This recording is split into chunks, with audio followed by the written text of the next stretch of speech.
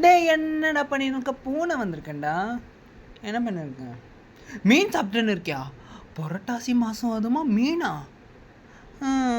Enjoy பண்ணு. எனக்கு எங்கே, ஏற்கனவே வெறும் பால் தான் ஊற்றுவான். இப்போ புரட்டாசி மாதம் அதுமா வெறும் பாலும் பழைய சோறும் போடுறான்.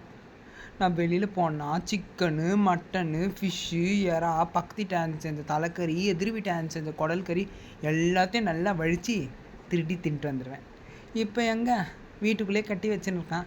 அதுதான் நைஸாக ஒரு நாள் தெரியாமல் பக்கத்து வீட்டான் செஞ்ச மீன் வருவலை நல்லா புடின்னு பிடிச்சிட்டு ஓடி வந்துட்டு என்ன பண்ணேன், மீன் முள்ள வீட்டுக்குள்ளே போட்டேன். இவன் பார்த்து ஒய்யுன்னு கத்துறான். அப்புறம் என்ன பண்ணுறது, நல்லா வசமாக மாட்டிக்கணும். 2 நாள் சோறு போடல. அப்புறம் என்ன பண்ணேன், நேரம் வண்டியை விட்டேன் கறி கடைக்கு. பார்த்தா நாய்ங்க அவ்வளோ இருந்துச்சு. எப்பா திபின்னு ஓடி வந்துட்டேன் உள்ளுக்குள்ளேயே. வெளில போனாலே போதும் நாய்ங்க துரத்துது.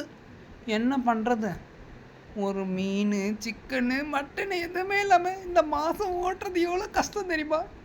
ஏற்கனவே இந்த நாய் கஞ்ச பிஸ்னாரி ஒரு பீஸ் கூட போட மாட்டான், எலும்பு துண்டு தான் போடுவான். அதே நான் தின்றது கிடையாது. இப்போல்லாம் சதை கேட்குது, ஃபுல்லாக சிக்கனு மட்டனு எல்லாம் கேட்குது.